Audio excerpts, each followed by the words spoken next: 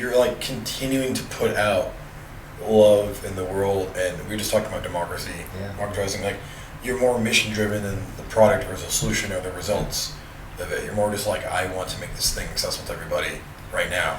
Well, like you said, in terms of learning as you go, I've learned the hard way, right? Like, I've made mistakes.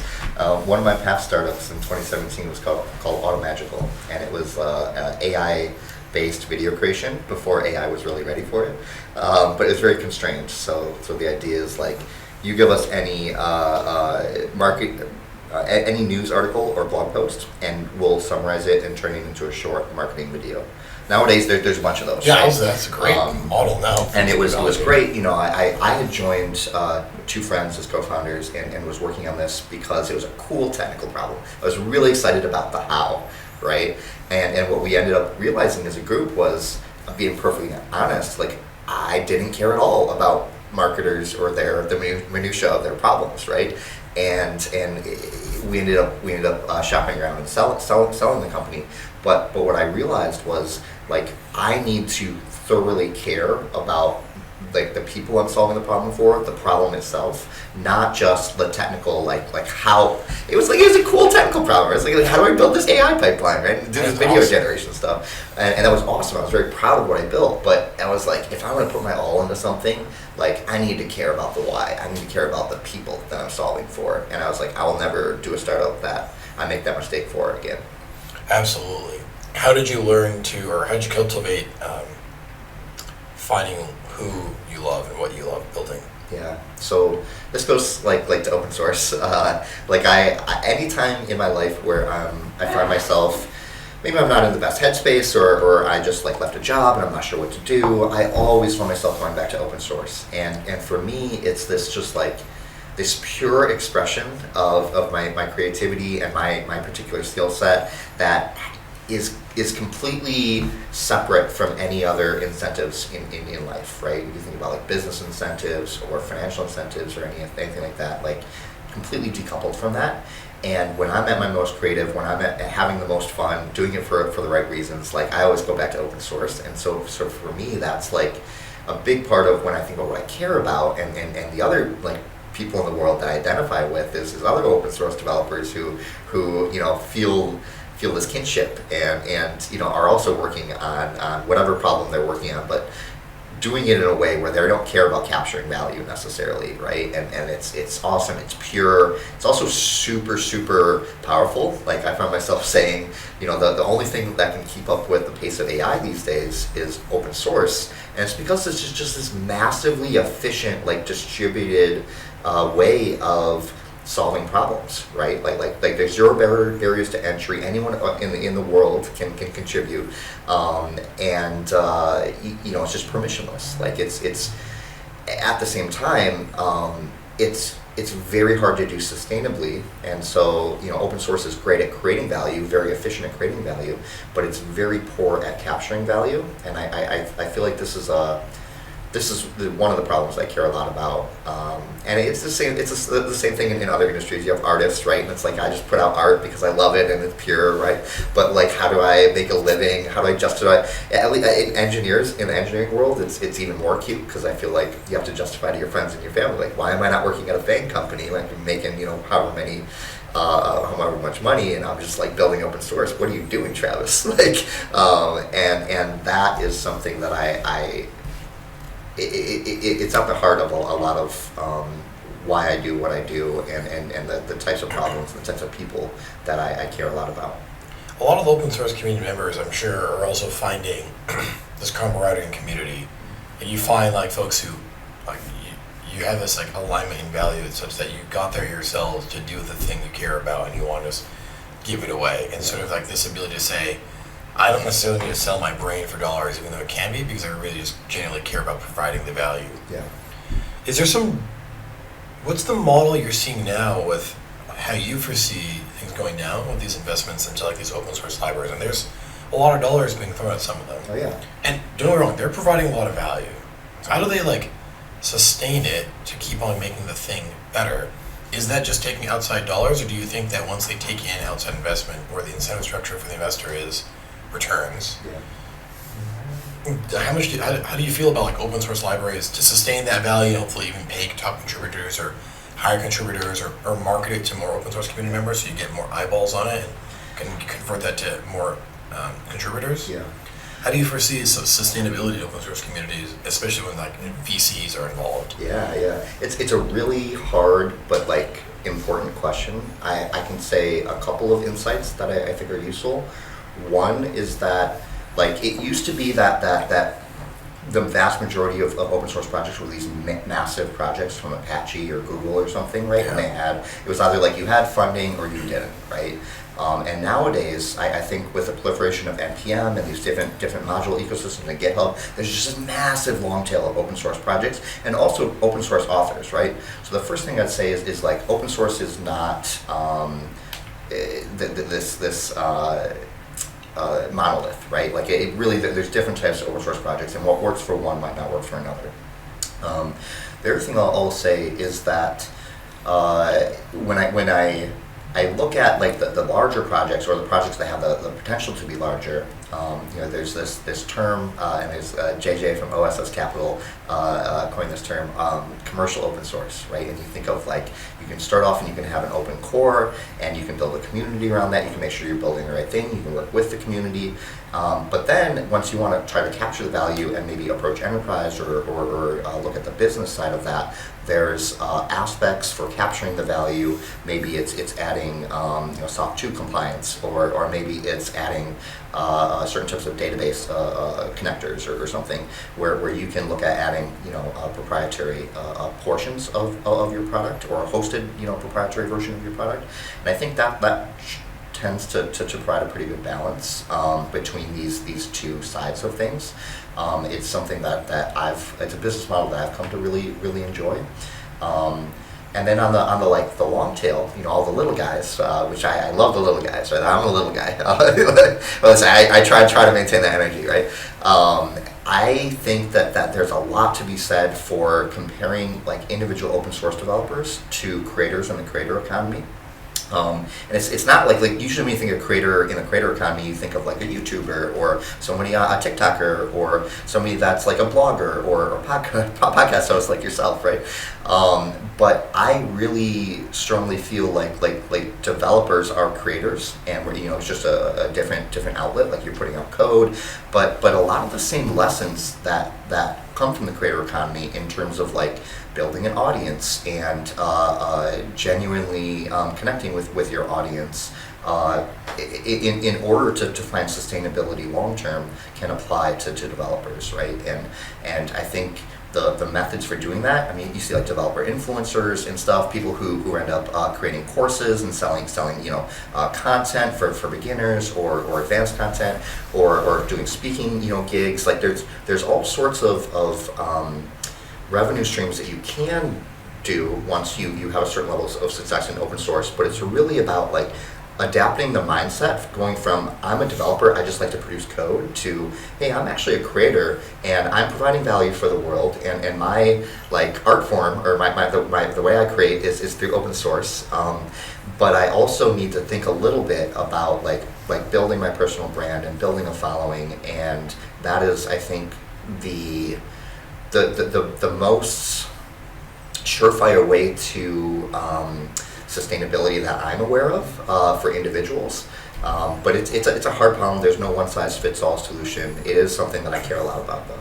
I think we're getting into, there's a burning question I have for you, which awesome. Will be philosophical. But then I think this is a great segue, because you're already touching on it for this. The model you have to adapt to sustain anything now is like really understanding the concrete concept is funnels. And that's where we get into more of like, I really want to pick your brain as a builder, and I also want to pick your brain as sort of the entrepreneur. And you got to sustain and know how to like suffice both, because there is an overlap in there of like your daily life and how to be the best you or something like this. But the burning question is, you touch on this interesting concept, especially with some of this OSS, or even when you get into more of the commercial side of things. And this is for the little guys. Yeah. Right? There's some analogy I'm seeing right now in my head of, I've been like diving pretty deep, not deep, but keeping up with it, for this Mid-Journey class action lawsuit. And I'm wondering, like, what is the new system or paradigm shift going to be for this, like, ability for attribution? There's some, like, great artist who's, like, hand-drawn, like, 30 volumes of something, not 30, for 30 years, like, volumes and volumes of, like, lore or some sort of, like, it's got this incredible thing, and then you train a model on it, and now everyone can generate things in the style of this person. Yeah. Like, we got this Andy Warhol story going on as an individual case basis. Yeah.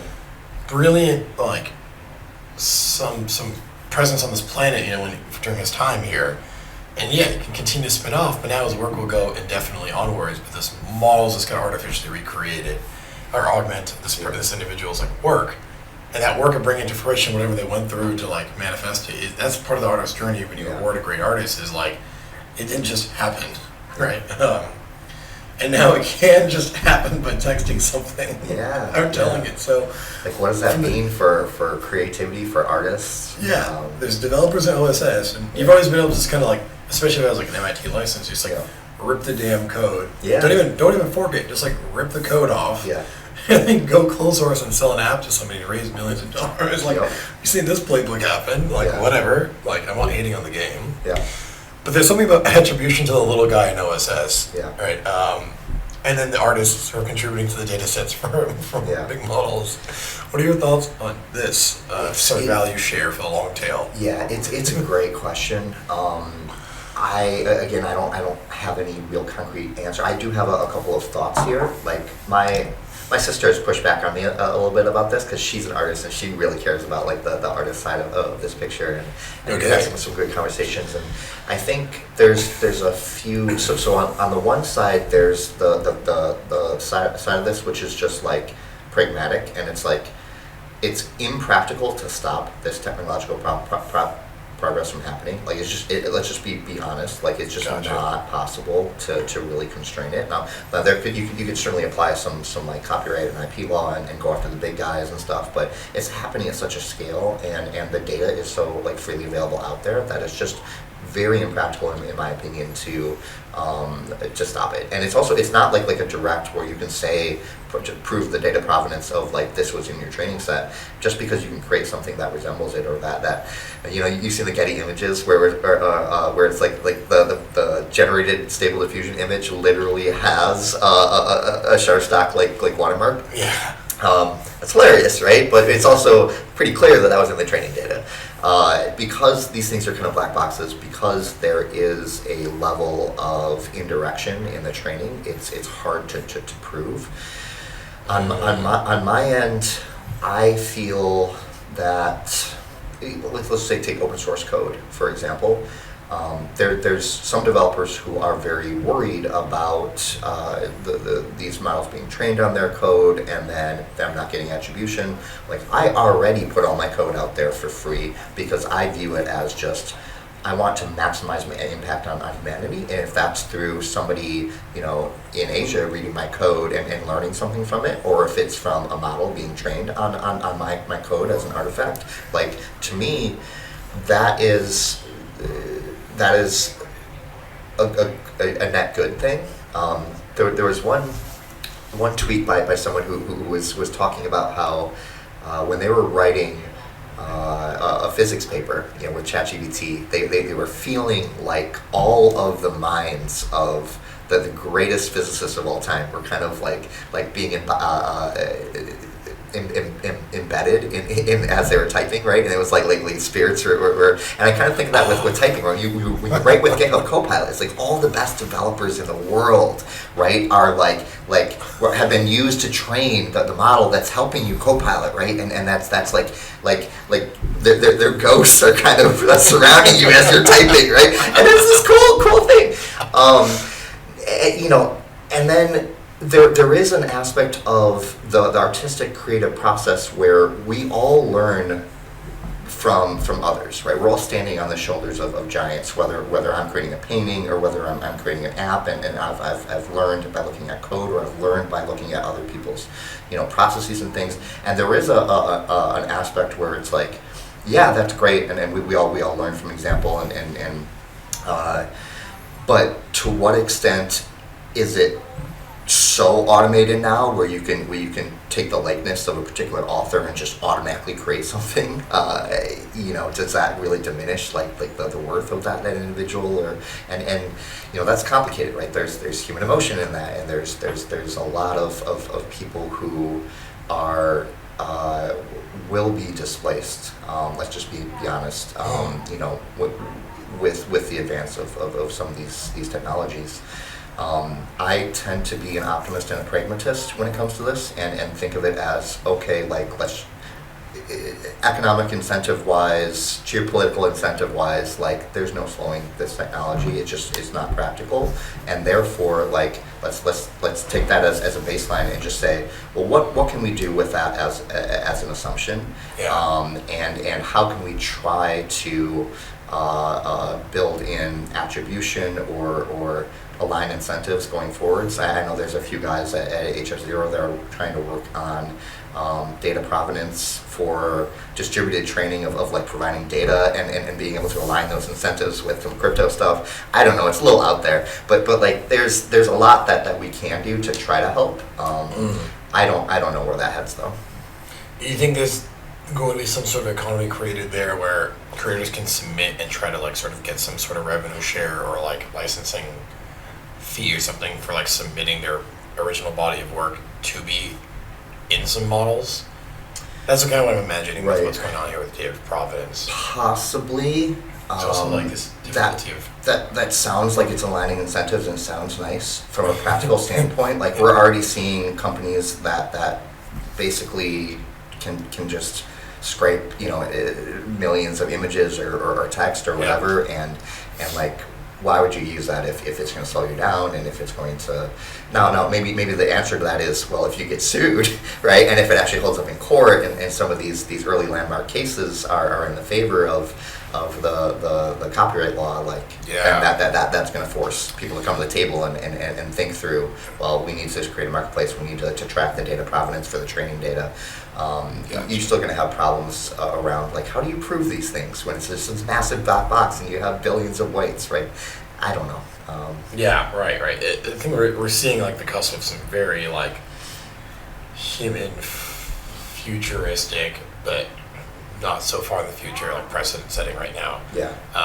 On the legal side, the other thing is like we're still very much focused on mainly like single modalities. So it's like generate an image and it's like, oh, it looks like this artist, right? Or generate a song and it looks like this like the Drake weekend song, right?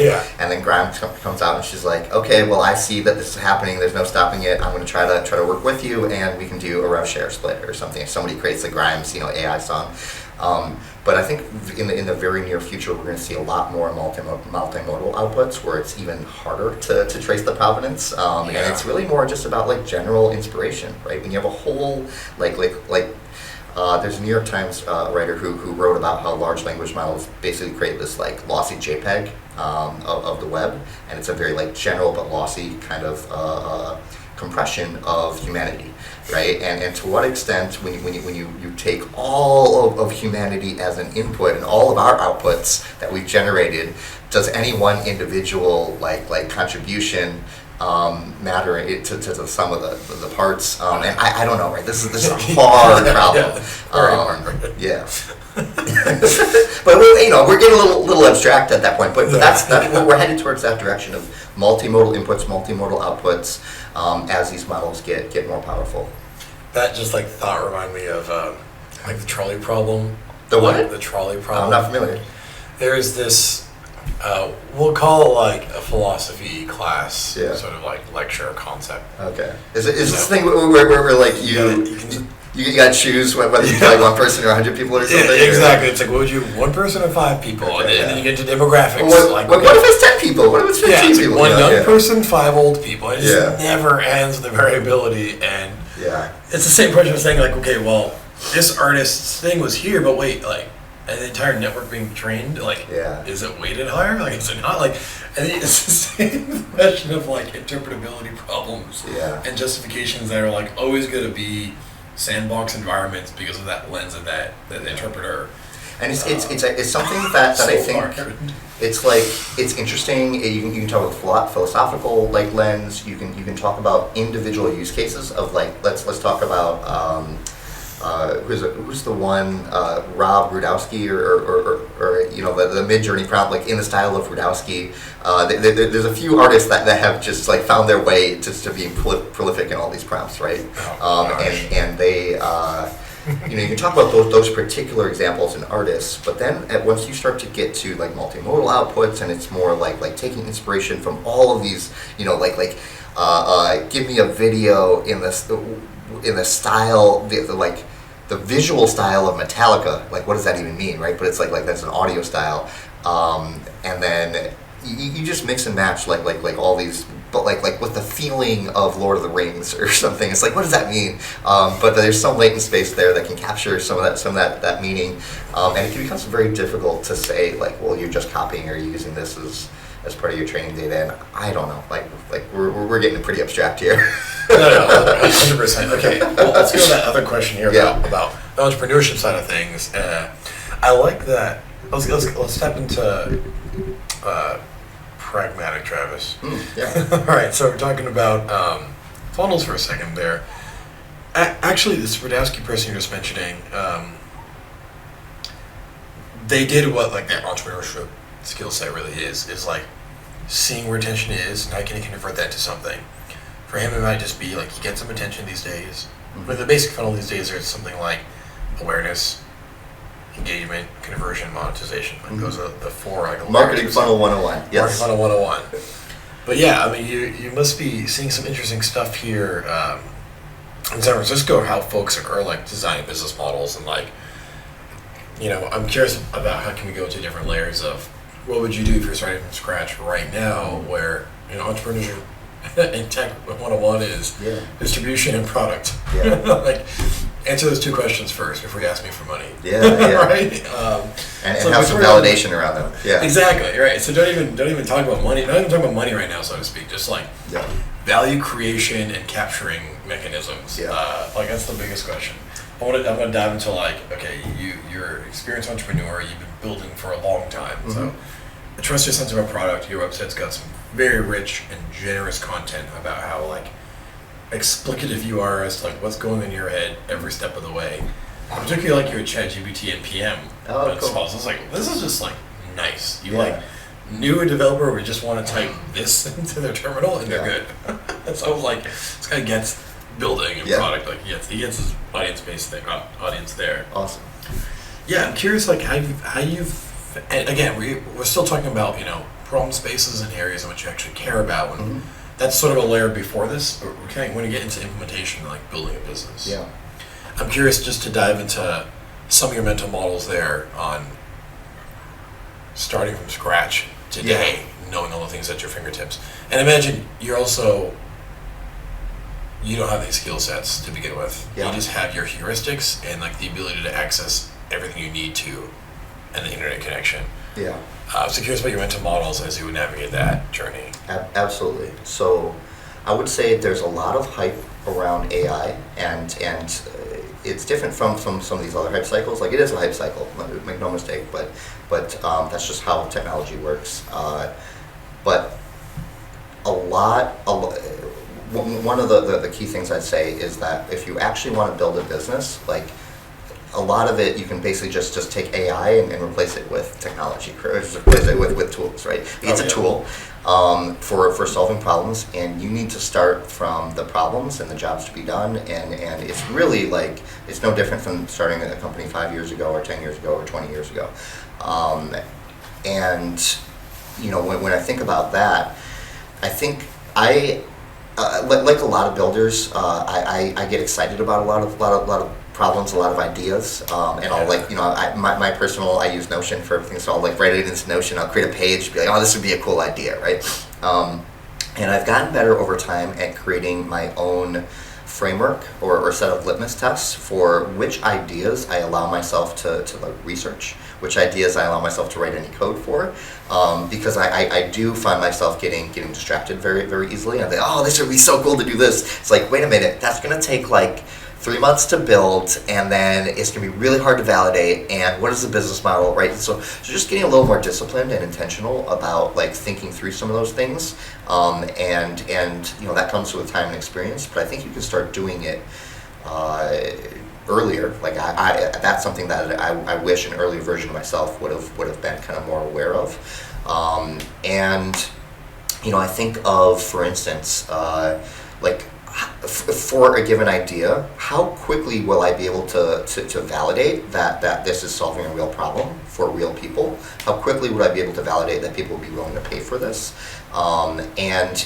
If it involves me spending 6 months to a year building technology for it, like that's a huge risk. And oftentimes I find myself saying, well, that could be cool, that's a certain type of company, but it's not in my wheelhouse. Like I don't want to have that upfront investment of time and energy. Because if I find myself coding for a couple months and not getting like feedback, not getting to a place where I'm actively validating that what I'm working on is the right thing, usually that means I'm massively wasting my time. Not always. There are some problems that require that upfront like investment, but for like 99% of problems, like that's a good litmus test. How quickly could I validate or create an initial version and validate that like I'm actually solving a problem? And then this is something that people want, right? Like that's the thing. I might be excited about it. I might think, oh, this is cool, right? But it's both the MVP mentality of like how quickly could I build something, how quickly could I validate it, also how quickly could I validate it from a marketing perspective. Like am I just posting this to my Twitter? Do I have a way of getting this out to people? Do I know enough about the people that I'm building this thing for? And I think all of these are fundamental questions that have nothing to do with AI. Yeah. Where I think AI is really interesting is it allows a whole new class of people to try to build and solve problems. They're still going to have the same fundamental entrepreneurial problems of how efficiently can you do that? How efficiently can you build? How efficiently can you answer those questions around, for this idea I'm excited about, like can I validate it? Will people pay for it? Like these are just fundamental entrepreneurial questions. And what I'm excited, a few things I'm excited about with AI is, one, for folks like myself who are experienced builders or developers, like it allows you to do some of these things just significantly more efficiently. Using AI tools in your tool belt to build product faster, to build content, on the marketing side faster, and just if you have that loop that is really honed down, where you're like, I go from idea to MVP of something that you could validate, to getting it out there in real users' hands, to getting feedback. If you can make that loop as short and concise as possible, you become extremely efficient at either at getting to the point where you throw this away idea and you're like not too emotionally attached to it. This is another thing that is really hard, or in the early days of building, you get really attached to things, right? Because you're like, oh, I just built this thing, right? It's amazing, and it's my first thing, or it's one of my first things. But the more that you build, the more that you learn to like detach yourself from these things, and I think that just takes a little discipline and a little perspective. AI allows people to do that much more efficiently. And then the other side, it's like, well, if I think there's like 0.5% of the world can program to some degree, and let's say maybe 10% of the world is like of an intellectual kind of age and capacity where they could like create something of value for the world, and they have ideas and they like want to create, but they're constrained that they can't actually program, or maybe they need to hire a technical founder or something. And if that's you, like I have a few friends who are in that domain, and they're basically created like an iOS app, through talking to ChatGPT, which is amazing. Like my number one piece of advice for kind of if you're like a non-technical or you think of yourself as non-technical, is to actively try and use, whether it's ChatGPT or one of these language models, to solve your own problems, because it's like a muscle that you're building up in your head, right? And whether it's whichever AI tool it is, there's so much noise out there, so kind of cutting through that noise and just thinking of it as using tools, fundamental to humanity, right? But like using tools efficiently and solving your own problems, which is going to, it's like doing reps. It's building up that muscle in your head, and I think that's the number one thing that you can do. So next time that you're like, I have an idea for this, I'm not sure where I would start, or I have a problem at work and I'm not sure, how to solve it, like just go into ChatGPT and ask it very specific to your use case, right? Like you're building up that muscle, and solving problems for yourself. And it's an enabler. Like it's literally like having, I like to describe it as, imagine if you had a really, really smart friend who was honestly like really autistic, and so like they're there for you 24/7. They're always gonna be there when you need them, but they're autistic, and you need to talk to them in a certain type of way. And it's about learning to build up like your ability to effectively communicate with them and use them to solve your own problems. And that is, regardless of all the noise, of all the tools, like that is the one skill set that will still be as relevant today as it is a couple years from now. This is fantastic. Could you elaborate a little bit more on methodologies or sort of the practices you or others have for these the litmus test portion is pretty key here. Yeah. So I agree. So you're supposed to hit these nodes or these portions, which is validate. I agree with tightening your feedback loop as quickly as possible. Yeah. I agree with like caring what you work on or being part of the end users group to begin with, so that you'll know how to think about the problem, because then your brain's I think conjuring the ideas of what to do to unblock or catalyze or walk through like how to get from point A to point B with your ambition here. Yeah. Or the vision as well. But what is practices today with the litmus test? Yeah, that's a great question. Let's make it more concrete. So I think as you get more experienced, your framework and your litmus test will change. In the beginning, if you're not really sure, like what is litmus test? I've never built anything before. I would say keep it as simple as possible. Don't worry too much about it, and just follow your own curiosity. Right? If you're interested in building something, if you have something that sparks your interest, just pull on that thread and just try to get something out there. Right? One concrete piece of advice is to this concept of learning and building in public. Where if you do, let's say, create a very simple like iOS app or a web app or an essay that you're really proud of, and you kind of used an AI tool or something to create it, like don't be afraid to share it out there and be a little vulnerable. It doesn't have to be perfect. It doesn't have to be world changing. There is immense value in sharing what you learned along the way, and it's long-term value in terms of building up like a pattern. This is again like training the muscle in your brain of sharing and being default open, of putting yourself out there, being vulnerable, and people connect with that vulnerability, right? If you're like, this is my first iOS app, it's horrible, but like I had fun and I learned this and this, like that's amazing. People love that, right? Because then like other people who are in the same position, maybe they're a little scared to take that first step. They see that and they're like, oh man, thank you for, like it can oftentimes this gain momentum in unexpected ways over time, but in order to do that, like you need to put yourself out there, and this is really like flipping a switch from just being a consumer to being a producer and putting content out. So that's the first thing I'd say is like if you're early on in this journey, you don't have your own set of litmus tests and you just have ideas, right? Is that's fine. Keep it lightweight. Just follow your curiosity. Build something fun. I got my start, building. TI calculator games, and I was like, oh man, like just these games, right? And it wasn't to any end. It was just literally I had this platform in front of me, and there was this code, and there was an edit button, and it was like, well, I can create stuff. This is so cool, right?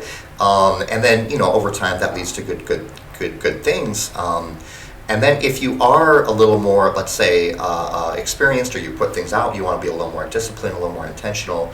A couple of my litmus tests that I go by.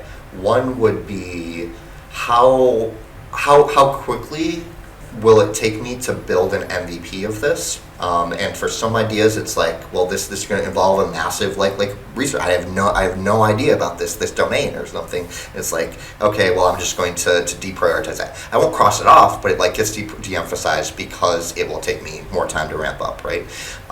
Or if it's like, how just literally asking myself, what would the business model be? Which you'd be surprised at how often I don't even ask myself that, right? And it's like, that's okay if it's just like an open source project. I'm like, this is cool. I can get out in a day, like, and I'm going to learn something. That's another like massive litmus test. Will I learn from doing this, or is the goal just to capture value? If I'm going to learn something about like new AI technology or a new framework that I'm excited about trying, or I'm going to learn about like marketing on TikTok or something, like that is it pays for itself in long term. Yeah. So like, will you learn something is a great litmus test as well. That's awesome. For these folks, I think there's a large group of folks, and I've been in this category where it's like you leave this day job, but you know it's possible. Like now you can ChatGPT your iOS app, but there's so many conditionals, and you can't wrap your head around it. And this is maybe just like a human flaw or sort of a cognitive bias issue, where your perception is largely like the thing holding you back, but you just won't know without experience, or like some sort of emotional spike to the point where you have to create these changes in your life and change your lifestyle to just start building and getting yourself out there. And for some folks, it might just be different folks of cultural, we'll say beliefs, right? Or like just ways of being, so to speak, where, they're, say they identify with being non-technical, but they have this idea for this app, and they know it'll serve their audience and also their nature, but they're just like, oh, look, like, I can't stop working my job, or I need to quit my job. And you go to certain extremes where you can't spend those 20 minutes building. And this has been around for this is pre-ChatGPT world too, right? And the folks who make it out say it's like, the nights and the weekends, it's the whatever you gotta do, it's the take the lunch hour off, it's the struggle and sacrifice, whatever, and there's some sort of glory and hustle culture is derived from that or whatever. I'm not commenting good or bad or passing judgment on anything. It's more just like what would you mention to these folks, this group, where there's sort of like, maybe you said the number is 10%, but there's this, everyone could be an entrepreneur. Could be, especially now, barriers are lower than ever. They're continuing to be lowered. But just to go on the journey in itself doesn't just mean just because you have a product, like you said, you have AI in your thing, and now you can provide some value. There is the operation to go through. It's the building, it's the marketing, it's the relationships, it's the iterations, it's the growth. It's like strategic direction, and it is like cognitively consuming. So I'm sure you've got friends you've seen both tracks where they stepped their way incrementally through it and they successfully navigated it. There's some folks who just, for sheer external life forces, they're just obligations or things happen they can't. You got family, you got responsibilities, you got commitments. Totally understand. Or they're exactly. So what would you say about that aspect, right? Let's talk. We're getting into like the bootstrappers. I feel like you've attracted a very great audience with sort of your community, your Discord group. It's like thousands of folks in this, and I think you've unlocked some like folks who are like enjoying this idea where they identify with being like the little guy. But they're like not ashamed of it. It's like no status games. It's just like help. Absolutely. Which is an amazing thing. But some folks might be like, I can't just give. I need to think about it. And so, like you said, there's a mindset of value provision, and through the nature of the world and reciprocity and being a great species on this planet, what have you, eventually, like, the value gets returned back to you, right? And along the way, you learn and you accumulate relationships, and that eventually pays those dividends that might manifest, like, into your, like, $1 million startup investment, because everyone knows you're good for it. Like, you got this 10,000 person community, everybody loves you, you're fine. We just like you, Travis, right? But thank you, Akil. It's not $1 but but how I guess some folks are thinking capturing value is like, I need value right now, or else I won't be able to sustain things, or I can't. You know the whole idea, like once you get your first dollar on the internet, your psyche changes. But like sometimes it's like this binary conditional or something. So I'm going for a little bit longer here, but I think you kind of get the question I'm asking. Let's talk about the bootstrappers and the folks who feel limited and blocked, and they might have very real obligations. Yeah. No, it's a great question. I love, for instance, like indie hackers and the bootstrapping community, the folks who work 9 to 5 or have a normal job. They're just like they want more, right? And they're driven, they're passionate about something, but they practically, like, they have family or whatever. I have a lot of friends like that, right? And I care a lot about, I think, those folks, because it's also, it tends to be like, well, that's like your pure, your passion, like the passion project, right? Yeah. And the question of how do you take your like passion project and make it real. I get asked the question a lot, like, how do I find a technical co-founder, right? Because that's like the one thing that unlocks that for them. And then, if they're not a builder, like, or they're not a developer, they feel constrained by that. And they're like, if only I had a technical developer, like, I'd be able to make my idea come to fruition, right? And I think my general advice for if this is resonating, with you, would be, first off, it's become more accessible than ever to show progress on an idea and make it more concrete. So instead of just talking about an idea, to have something, whether it's a Notion doc or a presentation, or showing like using some AI tools to create something very, very basic, right? And it doesn't have to be like world changing. It doesn't have to be a polished version. I know this is something that I even struggle with to this day, right? It's like I put pressure on myself, like, oh no, it needs to look perfect, it needs to be this, right? And kind of letting go of that, but showing just enough that you can get the idea across, and it's less talk and more like showing, don't tell. That goes a long way with people who you want to attract at that stage of your journey.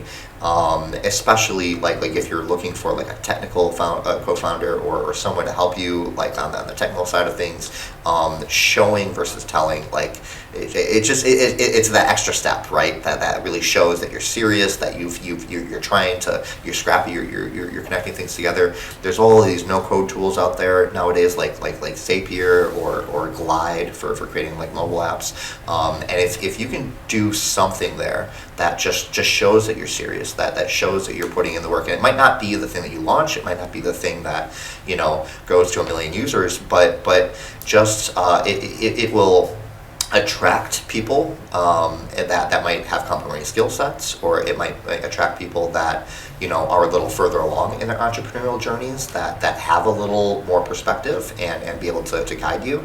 And I think it's really about like putting out that energy, showing with your work, like showing proof of work, and with whatever limited time capacity that you have, showing that you're scrappy, showing that you're willing to learn and to put in the effort, and that really attracts the right type of people.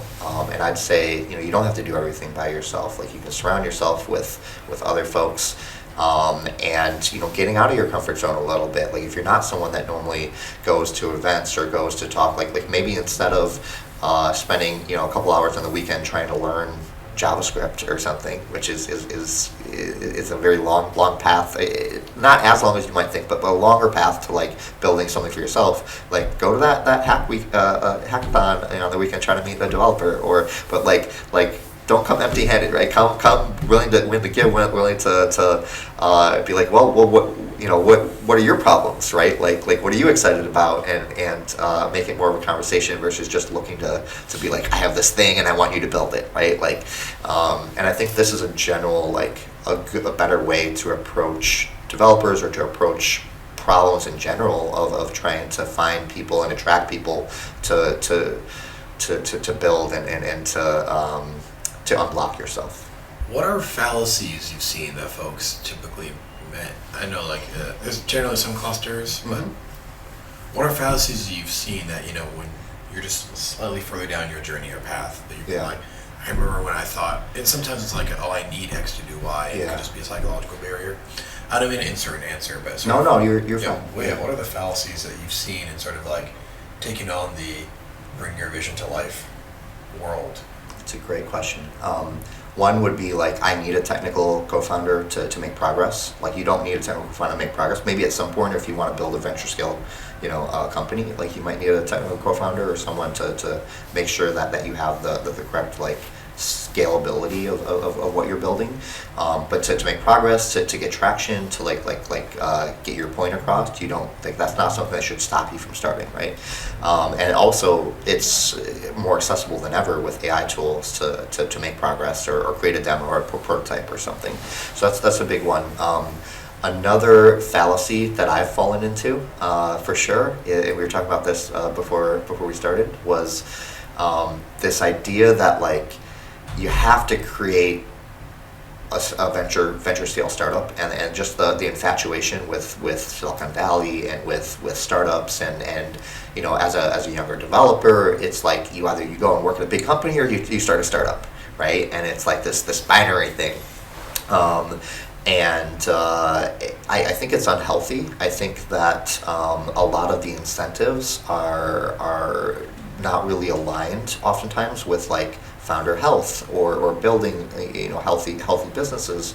It's like the venture business model is very much optimized for building the next massive exit, the next massive company, and then everyone else kind of doesn't matter. Let's just be real, right? Like, and you're just a small bet in a large portfolio, and like a younger version of myself definitely didn't understand that the consequences of that, and I would have been much better suited towards building just something of value that produced revenue, that was smaller, that was calmer, that didn't play into the VC like growth at all costs type games. And I think the vast majority of entrepreneurs or aspiring entrepreneurs would be better off looking at it as, well, I want to build a small to medium-sized business that's going to just have, the difference is if you're using tech, right, you're going to have much higher margins, which is great, but it doesn't need to be this like startup or bust type thing. And yeah, there's so much capital, there's so much energy and enthusiasm around startups, and it's great, but it's also like you need to know what you're signing up for, and if today, like the vast majority of people, it really is I look at like false dichotomies, or like false binaries Yes. very, very often. Yes. And you know, you could, I think this is one that there actually is a very explicit like split between, am I going to build a venture scale business? Is that my goal, and why is that my goal? Versus like, I want to build a business. And those oftentimes the split especially in the tech world is like 95% of people just default, I'm going to build a venture scale business because that's what everyone does, and that's the kind of the happy path, the easy path. But I think that the vast majority of those people would probably be better served by trying to build a profitable, calm tech company, and just a business that happens to use tech. And maybe down the road, if you have enough traction and you see the market opportunity, you can always raise like later on. But instead of that being the default mentality, I know a younger version of myself would have been very, very well suited towards hearing that feedback. Yeah. What is, do you think this comes from this perception of like, okay, my company's valued at $100 million now, and I'm situated, like, I'm rich now, even though, Yeah. I don't know. There's all these realities you might get into with like the actual usage of what do ASCII characters on a screen mean, represent, versus like. That's one way of putting it. Yeah. This is like your life. Yeah. And like, I don't know. There's some things here, and so like the indie hacker community, I really like these this Twitter bio concept with like the MRR, and I'm gonna get there. Like, Yeah. I'm like 10% of my goal, and my goal is $10,000 Yeah. MRR, and I'll be like financially independent. Yeah, it's very concrete. It's also doing it in public. It's showing that Yeah. vulnerability. People, And they're so generous. Yeah. They're just like, Yeah. oh, you should try this tool out, or here's this thing, or hey, I'll give you some Yeah. credits to my thing. They're so collaborative, and it's Yeah. that like shared in the trenches kind of like. yeah, I just tell work. I just give you this thing. it's a positive sum mentality as Yeah. well. It's like, I'm in this game. I know it's a tough game, and I also like you're out there. You're sharing, being very vulnerable with your progress as you go along, and you're your own harshest critic, and like, oh no, like my product has all these problems, right? And it's like I just look at it. It's like, dude, you're building a cool product. Like, you got some money, you got some customers. That's amazing. Yeah. And just that positive support, that reinforcement. I love this community. This is amazing. how would you expectation reset if you could with these folks? Is it something like a understanding cash flow and month to month and experiencing, fair but modest growth? Yeah. And like sort of like keeping your focus and agenda sustained on like getting the better product or getting more sales and like figuring out and testing and like building and growing, and sort of like letting folks create a more like, and then there's gonna be like problems to solve for, but you're not freaking out about everything or under incredible duress and pressure. So you're not like you're not taking out the passion from building and it becomes resentment or something over time because there's like VCs locking you down. You have the incentives right from the VCs and that just like it skews things. Yes. Massively. It's a great question. Because I always tell people like what is that figure in which the threshold of like marginal units of like happiness or joy cuts off. So I'm not there for my own number, right? But I'm curious if it is this like psychological relationship to money. I guess money is like interchangeable. The word might be actually resources. Yeah. Like what we really want is like wealth, freedom, creativity, and like sort of our spiritual like desires and lifestyle being like permeated into a reality or something. I think so. I'll say a few things.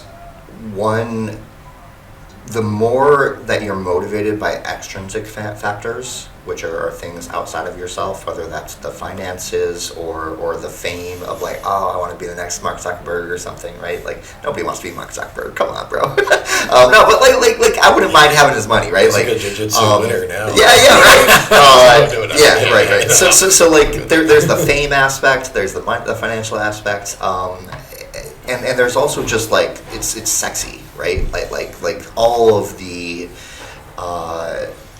info that you hear about so and so raising at $200 million valuation or whatever, and it's like that's just paper money and whatever. But it does. There's a massive correlation there with eventual success once you exit or whatever. Like I wouldn't turn that down, right? But I would say these are all extrinsic things, and the more that I'm just saying for myself personally, the more that I think about what motivates me intrinsically in terms of the problems that I want to solve, in terms of what's in my control and what I'm passionate about, that can find the balance between that and the extrinsic, which is like, am I going to make enough money to take care of my family? And everyone has a different line there, where they fall. But the more that I orient myself and I'm motivated by those intrinsic factors, I think the better that I oftentimes find myself in the long run. And then, I would say the allure of these massive exits and becoming like wealthy through a startup, it's not an overnight thing. It tends to be, success 10 years in the making, right? More on the other side, the kind of indie hacker, calm, profitable, like business that happens to be a tech business side of things. The ideal there is really passive income, right? Like there's this concept that the vast majority of us work for someone else, and you're trading time for money, and that's great. It's what makes the economy and the world go around. But when you can decouple your time from the money that you're making, and you can make passive income, and you can have, there's a reason why if you're only making 1K of MRR, that is just so amazing, and why the community is around indie hacking tends to be so positive, because that's 1K of MRR where you're not actively trading time for money. Now, no, there is usually more work that goes on under the hood, support and ongoing maintenance and stuff for these things. It's not as like decoupled, but the fact that you're at that early stage, that you've already put in that work to get to some amount of MRR, that is passive income, that really is a massive unlock. And if you can kind of just keep your head down and keep going. There's that awesome Jack Butcher visualized value graphic of over time ... like this is pointless, and then at right after this is pointless, it blows up, right? And I think just keeping that in mind, and the fact that So you asked about mental models. One thing I use is like you can control your inputs, not necessarily the outputs. So I can control how much work I do. I can control what I put out into the world. I can't control how much revenue it generates. I can't control how many users I end up getting. But I know that, and I have confidence in myself that if I control my inputs and I'm really disciplined about like releasing code, writing code every day, or about getting this next app out that I'm working on, that good things will happen. And it might not be the first version of it; it might be like the 7th version, but that's the part of this picture that is under my control. And as long as I focus on that and think less about the eventual like external, well, what does this translate to in terms of the MRR or in terms of the number of users or whatever, like I just focus on what's in my control and stay grounded in that, like good things will happen.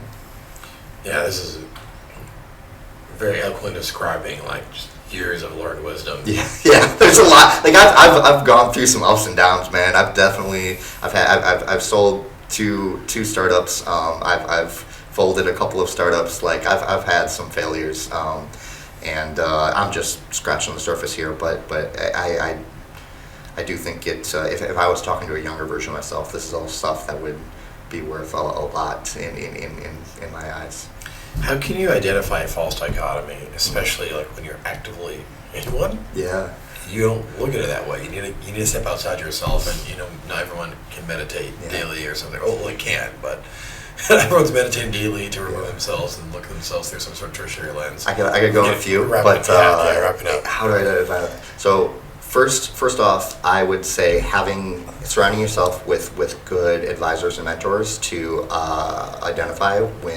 help you identify when you're like being a world-class founder is about like really focus, and you need to almost be a little maniacal in terms of like your beliefs and be a little contrarian, but you need people to that you trust that will constructively cut through that noise and just give you the right feedback that are they're not just being an asshole to you, but they're going to cut through it and be like, Travis, like I don't know what you're doing, or like this doesn't make sense, right? And you can build those relationships up over time. If you don't have that person, ask GPT-4, and just have a conversation with it. But that's pretty important as well. Surrounding yourself with the right support framework and people who will have your best interest in mind, but also like have the perspective and the understanding about the world or the technical world or whatever you're building in, to give you real, honest, critical feedback. Awesome. I do want to let you go, but I have to just I need the Travis plug now. Yeah. Last few minutes if you can spare. Yeah. We're part of this amazing program now. Mm-hmm. The crew, right? There's like Dave, Emily, Evan. Yeah. This is HF0. Right? Like, it's an amazing accelerated program. You're here in SF, like you said, you're here on stints, but now you're immersed in this wonderful community that is just this output-oriented environment that's having fun along the way and incredible memories. But you're doing your passion project at the end of the day, like with everything you can ask for to get there. So I'm gonna let you explain it again because it's much more eloquent than myself, and I'm all for open source tooling, and then you have the agents coming out, but there's this why you talked about, which is beautifully described, and it fits with my personal mission, and it's sort of like somewhat fear-driven motivation of why I'm doing what I'm doing, like democratize and let everyone have a shot. Sort of like a very big underdog person over here, but you're building the means for this. I'm trying to. Yeah. You're trying to. So curious about this and where you see the future going, and what obstacles are you facing actually in real time? I get a whole hour conversation. I'll give you the quick version. Give me the skinnies. So I am currently working on an open source TypeScript framework for building reliable agents, and I think we've seen a massive change in the capabilities of AI and large language models recently. They're very good at understanding and generating text, but the part of things that is game-changing, in my opinion, is their ability to reason, right? Like so up until even very recently with GPT-4, these models couldn't really reason or plan or do kind of complex tasks. And what we're seeing at the very early stages of right now is that you can view them as reasoning engines, or I like to think of them as CPUs of a new compute paradigm. And the question is like what will we be able to build in this new world of compute on top of these much higher level reasoning engines? And in my view, that's agents. And I think of like agents. There's a spectrum there. You have very deterministic agents on the one hand that are written by a human, and on the other hand, you have self-driving programs. What I'm really excited about is building practical, real solutions that are a little more constrained than the fully self-driving programs. But one way of framing this that we were talking about earlier is like what do the world's most well-resourced people, the top 1% of the population, what tasks do they already hire out to teams of humans that they have the resources to hire to do work for them more efficiently? So things like giving them a daily briefing of the news, doing ghostwriting for them, whether it's speeches or emails or on Twitter, maximizing their time, coordinating their schedules, and optimizing their finances. Like there's entire teams of people that billionaires hire to make their life as efficient as possible. And the question is with agents, as we go from them kind of being toys to being kind of more reliable and eventually being able to do more and more complex tasks and offload tasks to them, I'm really excited about a future where we'll be able to take those resources that were previously reserved for the top 1% and really democratize it and say, what if I, as an individual, could have 1,000 agents, right, that are all doing bits of work for me in the background, always on, and be able to be so efficient and be doing so much as one person with 1,000 agents that I could literally compete against a corporation.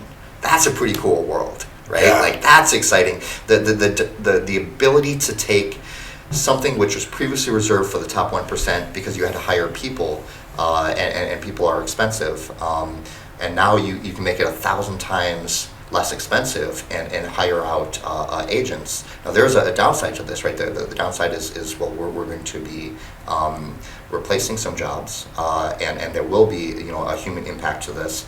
But there's also on the flip side of this for individuals. You talk about the middle class and folks who are ambitious and creative. The ability to do more with less. The ability to be more ambitious and have the resources that are much more affordable to tackle bigger problems. I'm really excited to see what that world looks like and what a younger version of myself or a kid in wherever in the world, right, is able to do with a small army of agents on their behalf. This is amazing. My personal vision is like to have my own little. I was very inspired by like the Iron Man or the. Oh hell yeah! Your own Jarvis, right? Yeah. Your own sort of like layer. Of little Jarvis swarm. Booms, yeah, and they're just doing things like, okay, you're researching this task. You're gonna be from point A to point B. Yep. I'm just taking information and distributing tasks, right? Like this is cool. Yeah. That's what we're really doing sometimes. We mentioned like Rick Rubin earlier. Yes. And he is this amazing producer, and he has this focus on what do you actually do if you don't play instruments, you don't do this, you don't do that. What do you actually do? And he's like, well, I have taste. And I have very strong opinions about taste, my taste and what I like, right? And I think to some degree that's like the ultimate human leverage in this picture, where you have all of these agents or other people, but like you have all of these resources that are much more economical that you can have working on your behalf as an individual, and ultimately like you as the human in this picture have the taste to decide, what are they actually doing? What goals are they working towards on your behalf? This is amazing. A good entrepreneur can like build what people want before they know they need it. Yeah. This is brilliant. Awesome. This is sweet, man. Akil, thank you for having me, man. Yeah, of course. I learned